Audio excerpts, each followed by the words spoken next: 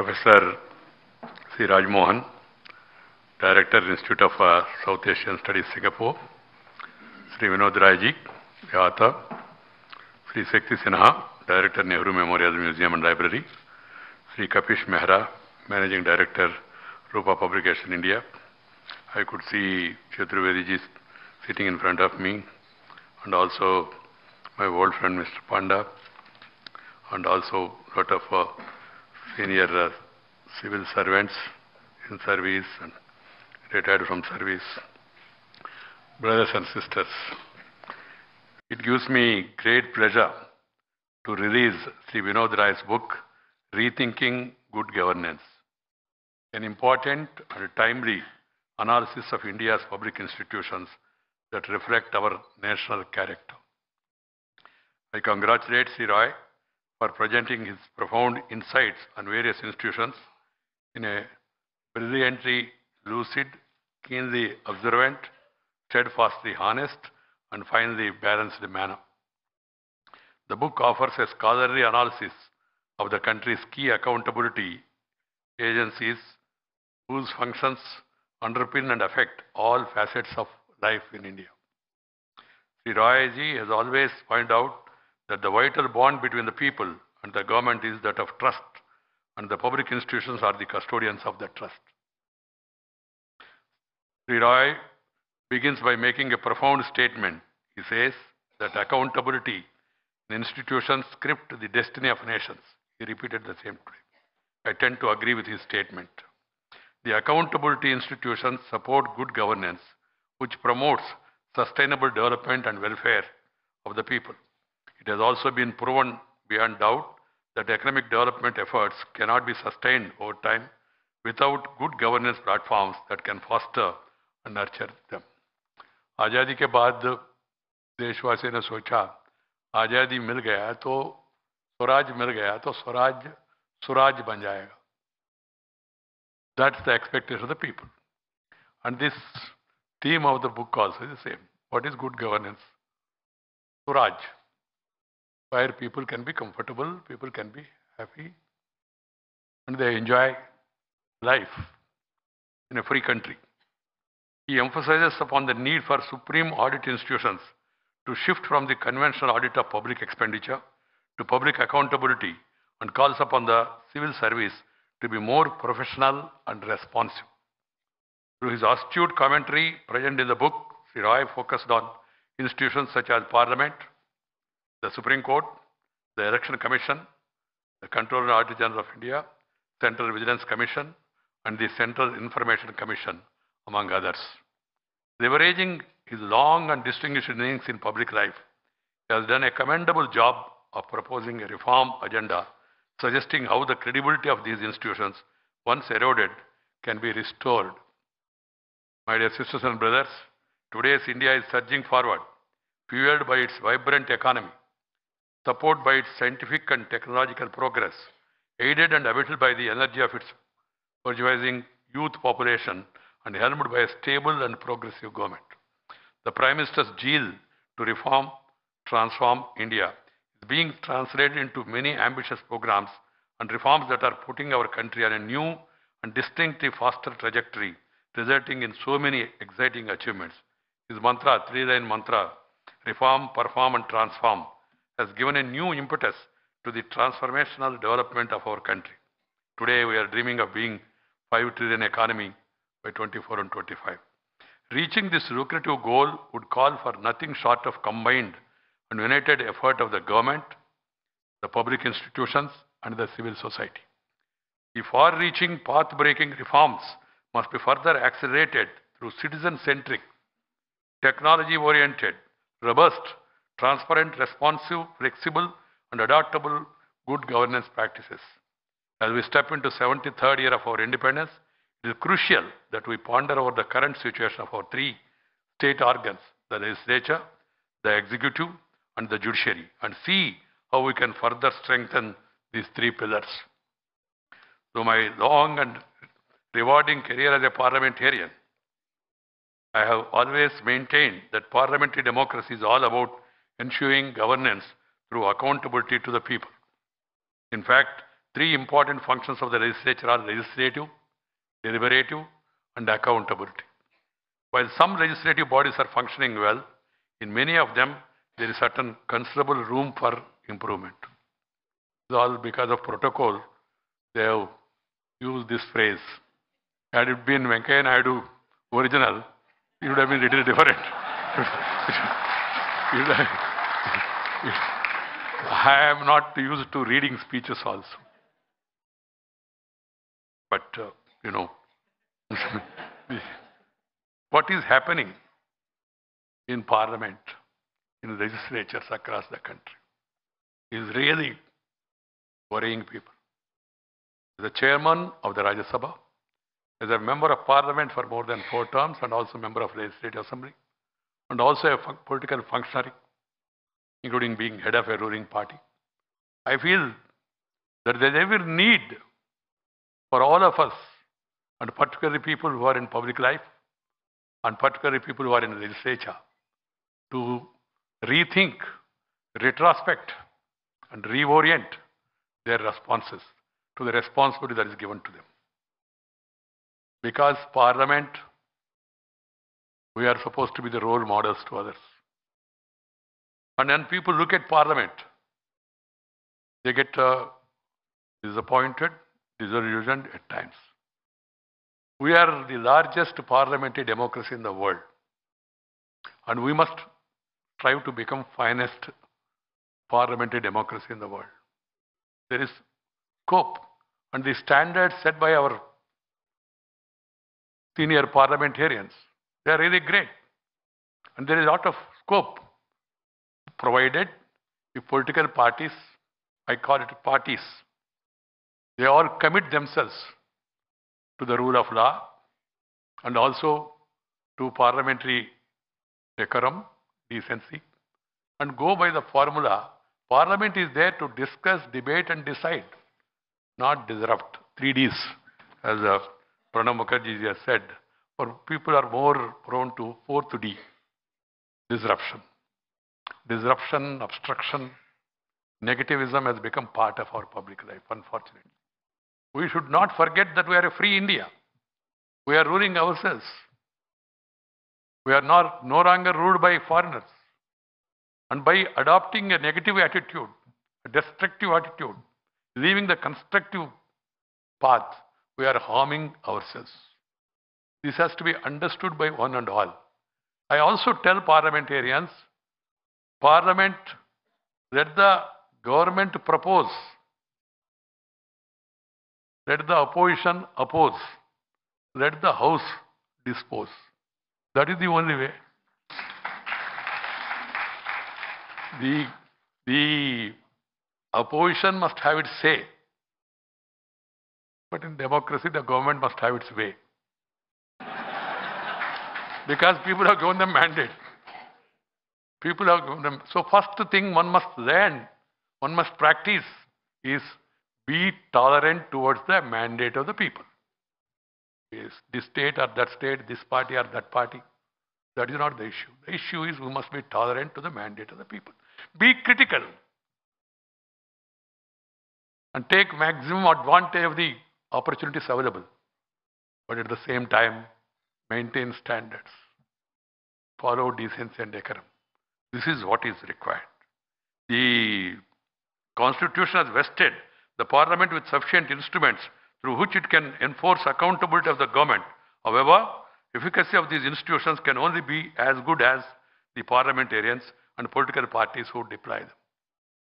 That's why I started now telling public also, you must select and elect good people. And you deserve the government which you elect. हमारा देश में क्या होता है, चुनाव के संदर्भ में लोग इश्यूज उठाते हैं और कहते हैं ये कहते वो ये अच्छा नहीं, वो अच्छा नहीं, अच्छा नहीं, और वोट करते समय और दूसरी कंसिडरेशन के आधार पर वोट करते. So that's why I suggest people should select and elect their leaders and representatives on the basis of 4 C's: character, caliber, capacity, and conduct. But some of the politicians have devised a new method, shortcut method. The other 4 C's: caste, community, cash, and criminality.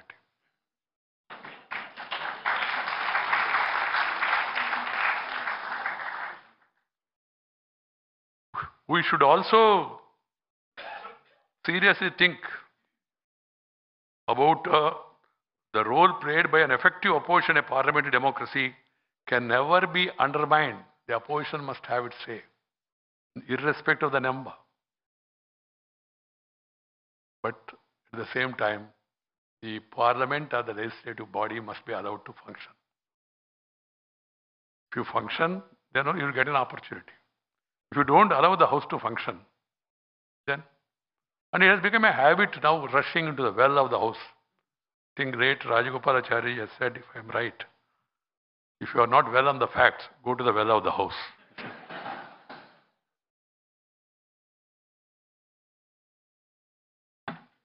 Confront the government, corner the government, expose the government. But at the same time, allow the parliament to function. Let everyone have his say. That is what is required. That's why I suggest to political parties, because when I talk to MPs privately and call them to my room and say, what is happening? Why are you doing this? Sir, sorry, what can I do, sir? Instruction from the party. So I have come to the conclusion that we must address the parties. And parties must evolve a code of conduct for their representatives about their presence in the house, about their functioning in the house, about their contribution in the house, about their conduct in public life. And political parties must put it in the election manifesto. What is it they are going to offer on the legislative front to the people? Time has come now, we should insist on that and demand our political parties, what is your legislative agenda? That should be but disrupting the proceedings of the house is not the way forward. The Roy points out in the book that during the 11th Lok Sabha, 1997, 5.2% of the time was lost due to disruptions. But in the 13th Lok Sabha, 94-2004, 18.9% of the time was lost. And the figure rose to 19.6% in the 14th Lok Sabha. If you take a 15th and 16th, it will be much more. The 15th Lok Sabha saw an appalling 39% of its time lost because of disruptions. This is truly a distressing trend and must not be allowed to continue under any circumstances. But unfortunately, what is happening is these facts are not being discussed. I'm happy a renowned author like him has pointed out this. Because some people think that by commenting on parliament, will it attract contempt? Second is, the people think that it's not an attractive news. Media also is partly responsible to this. I hope there are some media people, along with political parties. Because the reason is they don't report the contribution made by constructive discussion by parliamentarians. They report only highlights of some obstruction or somebody behaving in a most irresponsible manner. That becomes the news. And this, I remember my own personal experience when I came to parliament first time. I'm very much fond of agriculture. I'm son of a farmer. Agriculture is our basic culture. That's my belief. So I made a serious study, and came to parliament. And I spoke in parliament for 52 minutes on agriculture. Everybody, right from M.S. Swaminathan to Sharad Pawar to different party leaders, they came to me and they complimented me. Very good speech. Next day, no newspaper has published anything of my speech, except one newspaper said Mr. Naidu made a very constructive sessions on the issues of agriculture. 2 lines. If you go to the well, you are in the news. If you break the mic, you are in the news. If you throw the papers, you are in the news. If you tear your shirt, your own shirt, not the other man's, you are in the news. Some people did like this in the recent session. My suggestion is media should highlight the obstructionist behavior as well as the constructive approach or contribution made by members. Then members will start developing interest. Otherwise, members कहते हैं sir मतलब क्या है इतना तैयारी करके यहाँ आए मौका मिलता नहीं मौका मिले तो भी कोई चाहता भी नहीं. So that's a disappointment. So this is where first one is political parties accountability through their manifesto, giving a commitment and then reviewing the commitment later. Second is media, of objectively passing on the information to the people. And you must give correct information, because information with confirmation is more than an ammunition. If you give correct information, people can really can. Because that's why about the report given by the CAG, people are asking how does these figures come? A lot of debate, of course. It has taken a political turn rather than a constructive debate. That's a different matter. As I have repeatedly emphasized in my public speeches, I would like legislators across the country to discuss, debate, decide, but not disrupt. We must realize today's enlightened citizenry, especially the youth, are watching actions of parliamentarians very closely and questioning their actions, motives, and attitudes, not only within the House but also outside as well. We are fortunate. 65% of our Indian population is below 35 years. We have got a great demographic dividend. It's a great opportunity, but at the same time, great challenge. Now, the Indian youth are very aspirational. They aspire and they demand. So, people who are the policy makers, or the people who are the implementing agencies, or the institutions, must be aware of this new emerging trend, which is a welcoming trend in the country, and then try to raise up to the expectations of the people. The parliamentarians must also be mindful and respectful of the aspirations of the common man and carry on with the rectitude and propriety, serving as a model citizens of the country. There is also a general perception that the quality of debates in Parliament has been declining. We need legislators who are well informed and well intentioned and capable of articulating as well as present viewpoint, not those who are eager to rush to the well of the House. Recently, we are unfortunate to lose three eminent, great parliamentarians, starting with Sri Jayapal Reddy, Srimati Sushma Swaraj, and Sri Arun Jaitley. Brilliant, very articulative, very informative, and also used to be very polite.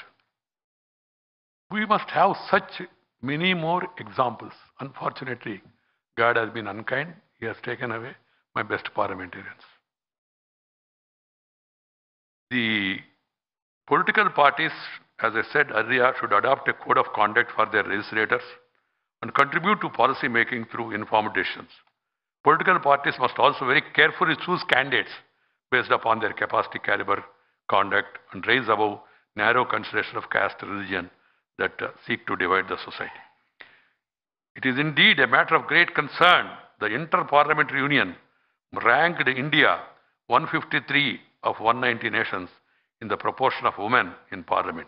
We must take special care to ensure that the Parliament is truly a representational body and give more prominence to increasing the number of women parliamentarians and parliamentarians from other marginalized sections also.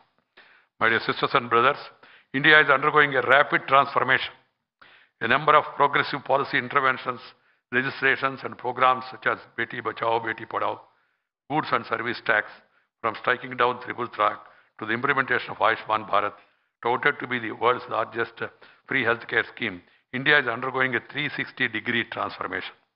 Visionary programs such as Swachh Bharat, Make in India, Digital India, Startup India, Skill India has put up India on path of rapid reforms. But these should become people's movement. Unfortunately, politicians over the years, of course, I was also a politician till the other day. Now I'm retired from politics, but not tired from public life. That's why made people to think that everything, this is the government work, this is the corporators work, this is MLA's work, this is MP's work. Everything will be done by the government. सब काम सरकार करेगा, हम बेकार बैठे तो चलेगा. ऐसा नहीं चलेगा. People's involvement is very much required. If people's involvement is there through transparency of the governmental systems, then you can demand accountability also, and you will know accountability also if you involve in the programs. And the primary duty of the government and the policy makers and political leadership is to see that the people also are involved. The amount of success, whatever it is, Swachh Bharat have achieved, is because of people's participation. Beti Bachao, Beti Padhao, people's participation, change of mindset. That is what is required. It is not the question of money alone, Swachh Bharat, it's the question of mindset. So you have to bring about changes in the mindset of people. That will come by proper education of the people, by well-meaning people, well-intentioned people, and also policymakers. The book that way will be very useful to inspire people and to have a critical thinking of what is happening, what are the requirements to make changes, etc. These results of all these schemes are built on strong foundations of a robust governance system. Making laws and policies is only part of the story. Implementing and executing them is more crucial aspect of governance.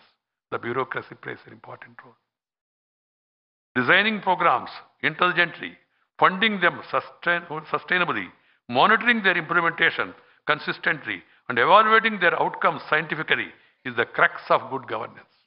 I repeat, designing programs intelligently, funding them sustainably, monitoring their implementation consistently, and evaluating their outcomes scientifically is the crux of good governance. We need constantly evaluate our governance strategies and its outcomes and be flexible and open to bring about course corrections whenever necessary. There should be no gap between policy intent and policy implementation. The intended benefits of a program must reach the people in time. The quality of service delivery is an area that needs more attention than what is being done today. A lot of improvement has come, but still there is scope for further improvement. At the end of the day, success of democracy, success of any system lies in delivery. Delivery is more important. Formulation, okay, you can do. Even your intention may be good also. You may allocate good budget and you may have good officers. At the end of the day, unless it reaches the people. Great Rajiv Gandhi ji, former Prime Minister, he made a statement, famous statement.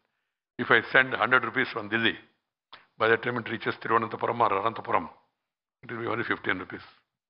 He made that statement out of agony, real concern. That's the problem today. You must see to it that it reaches the people. That's why the new ideas, new programs of online, digitalization, then DBT, then this financial literacy, then Janadhana. I can share with you when this Janadhana was introduced. PM said we should see to it that everybody opens a bank account. I was being senior. I said, yes sir, we'll do it. During our tenure, we will complete that. Because it's a huge task. PM said, our tenure? I said, yes. A thing which could not be done in 58 years. If we can do it in 4 years, really it's good. He said, no. Jaldi karna padega. Jaldi mane? Maybe 1.5 years, 2 years. PM is PM. Everybody kept quiet. But I can tell you today happily, 36 crore bank accounts have been opened. By whom? By the same bank employees. No OT. Everybody has done their duty. OT means overtime allowance. So that means if you intend and if you guide, you can deliver. And even of course, there is no dearth of skeptical people in our country. People start saying, "Arey, paisa nahi hai to khata kholne mein matlab kya hai ji?" That was immediate in our country. We are always start thinking in sometimes negative. Paisa nahi hai to khata kholne ka matlab kya hai? People who raise such apprehensions, they got the reply on 2016, November 10th evening, 8 o'clock, when PM came on television and started saying, Bhai or Behano, then people started looking to their drivers, to their cooks and assistants. अरे भाई आपके पास एक account है ना? कुछ दिन के लिए भाई पैसा उसमें रख सकता हूँ क्या है? Now you have seen reports also how many lakhs of people have put their money into the others' account. That verification should be completed by Reserve Bank and also income tax at the earliest to reach the bottom of the truth. So this is the power, reaching the unreached, funding the unfunded, recognizing the unrecognized. That should be the priority. And secondly, DBT, direct benefit transfer, scholarship, pension, compensation, insurance. Your entitlement must come to you. You need not go around the offices. Go, stand online, wait in the line, go and meet the person, greet the person, shake hand, do something in between hand, and then only get things done. That is the system. Let us be very frank. I know I'm a constitutional responsible person, but still I'm making that statement at various levels. At various levels. I'm not talking about one government, this government or that government, this time or that time. All that. So we have to address that problem and see that things are done online. Online. Everything should, in future, if you want to have really good governance, you have to think on those lines. I'm happy the system is thinking about it. There is positive improvement also coming. That should be our. I've been in Estonia 1 month back, small country. I was sharing some of my this thing with Vinod Raji and Shakti. The country is totally digital. Small country, of course, but small also. Totally digital, no paper work at all. Country, we say India is once upon a time Vishwaguru, knowledge center. Why can't we do it? Efforts are on, but these efforts must be expedited, accelerated, and see to it that we become digital. So some of these problems of delivery can be addressed. That is very important. And also reaching out the unreached.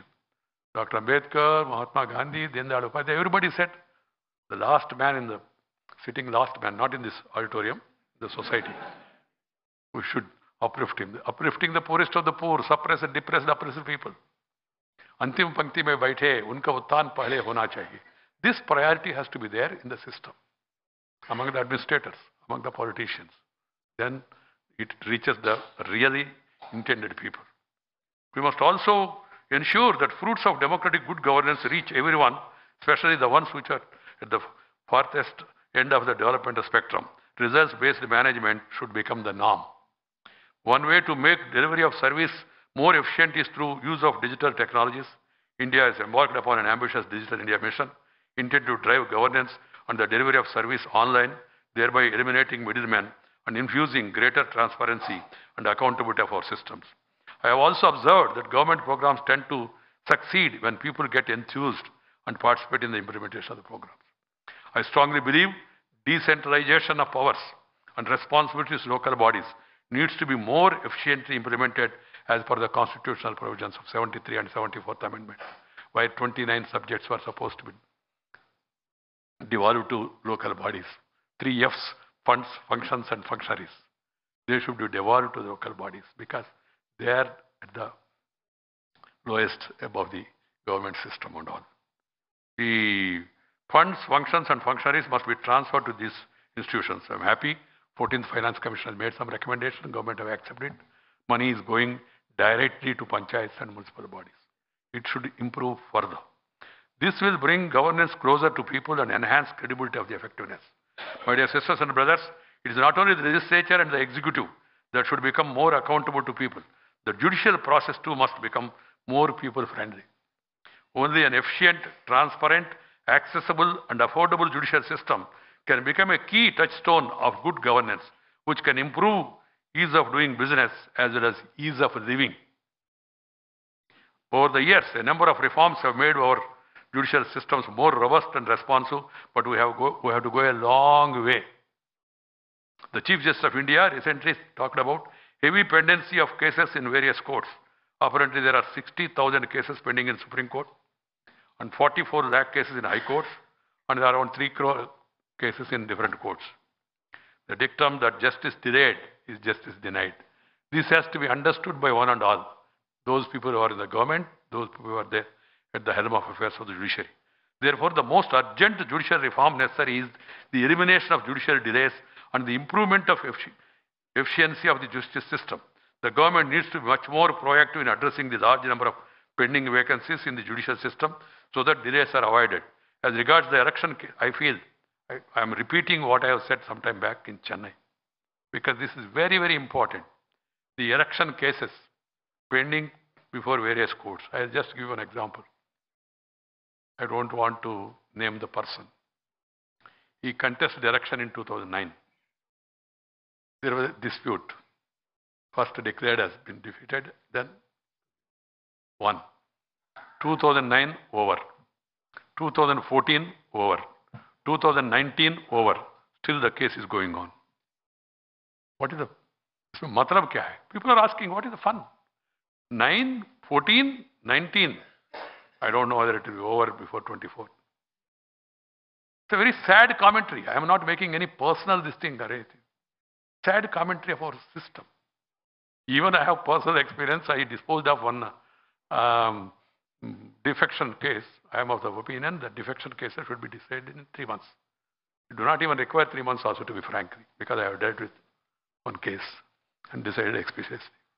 Then appeal. By December, we will be completing 2 years. The case has not yet been heard. That situation, is it a sign of a healthy democracy? Then one of the retired judges told me, recently retired judges told me, I was hearing cases of 30 years old, 25 years old, criminal cases. 25-year-old criminal case. Whether the fellow is alive or not, or might have undergone treatment in jail. So this is a very serious situation, like a legislative situation which I described to you. This judicial situation also requires reforms. And all of people concerned, government, judicial people who are in authority and others, they should all contribute to this. Election petitions and criminal cases against political leaders must be decided quickly by special benches of higher courts in a time-bound manner. This is my advice. Because criminal case pending for years together against politicians, what respect that gentleman will have or gentlewoman will have in the society if the case is pending, murder case. That too serious cases involving moral turpitude, corruption, criminal and all. So I feel that criminal cases of politicians, that too elected representatives, they should be disposed of by special tribunals set up by the court, separately, in a time-bound manner. Same thing should apply to defection cases. They should also be dealt by separate benches. Otherwise, if you go through regular process of High Court, then Supreme Court and all, you are seeing what is happening and all. But I am also of the opinion that the Supreme Court must also think seriously, and government and parliament should take initiative. The Supreme Court must have different benches. One in south, one in east, one in west, so that the people need not come all the way from Thiruvananthapuram coming to Delhi for a case and then spending money and engaging a Supreme Court lawyer. I hope that important lawyers are not here, but you know how costly it is, engaging a senior counsel in Supreme Court. For such small cases also, why can't be the benches? And this is there in the Constitution. I don't want to take your time. The Constitution provides for the same. Any delays in these cases erode public confidence in the judicial and legislative bodies. The defection cases should be decided by the Speaker or the Chairman within 3 months. This is my suggestion, that there be debate on this. And I can give you 2 examples without giving the names. 20 plus MLAs of the opposition joined the ruling party. Some of them became ministers. Case was filed. The chair never decided. The tenure is over. Now elections are held. Another government came. In another state, 23 MLAs again. Opposition joined ruling party. Some of them became ministers. Anti-defection cases were filed, but no disposal. What is it? So their 10th schedule gives the power to chairman. I am not getting into the chairman or legislative council chairman or speaker. But there should be time prescription. Within 3 months, one must dispose it of. Otherwise, if you just sit on that petition and then your tenure is over, again fresh assembly is elected, same thing repeats. I would suggest that we should have special judicial tribunals which will decide the cases within a reasonable time, or let us say 6 months or at most 1 year, these criminal cases. I would also suggest that we revisit the 10th schedule of our Constitution containing anti-defection provisions to ensure a time-bound disposal of such cases and make it more effective by plugging loopholes. It is heartening that the government have recently enhanced the number of judges in the Supreme Court by 10%, but I am afraid it may be still inadequate. We also need to bring the judicial system closer to the people. There is a need to improve court management and infrastructure facilities, especially in the lower courts. The endless possibilities of information technology may be leveraged with state e-filing and online case management. expanding the Supreme Court bench and having a separate bench in different regions as per the recommendation of the Parliamentary Standing Committee on Law and Justice. That should really be attended to by the Supreme Court and by the government. As the Law Commission has suggested, there is a need for a division of the Supreme Court into a constitutional bench, a DISI, and cessation benches in 4 regions. This is also a very important suggestion worth considering. I tend to agree with this recommendation. I think it's high time we had more benches, because in a country as vast as India, the litigants have to travel long distance and spend a huge amount of money and energy. A number of civil and criminal cases have been pending over 25 years. This makes me think that we need to not only expand the Supreme Court, but also divide the work into constitutional division and number of legal divisions or courts of appeal. As the Law Commission has suggested, I would like the Supreme Court to have 2 divisions, one dealing with constitutional matters and another with the appeals. This suggestion merits serious consideration and decision by the Supreme Court as well as the government, because it would enable the Supreme Court to devote more time to constitutional issues and make it more accessible to common people. As regards the need for division of the Apex Court in 4 regions, Article 130 of the Constitution states, the Supreme Court shall sit in Delhi or in such other places or places as the Chief Justice of India may, with the approval of the President, from time to time. This is very clear. Provision is there. There is no need for any constitutional amendment also. The suggestions of the Chief Justice of India to raise the retirement age of High Court judges and make tenure appointments to clear the backlog seems to be a pragmatic solution to in the current context. This is also a suggestion worth considering. My dear sisters and brothers, it is clear there must be a synergy in the working of the 3 limbs of the state, the legislature and the executive and the judiciary.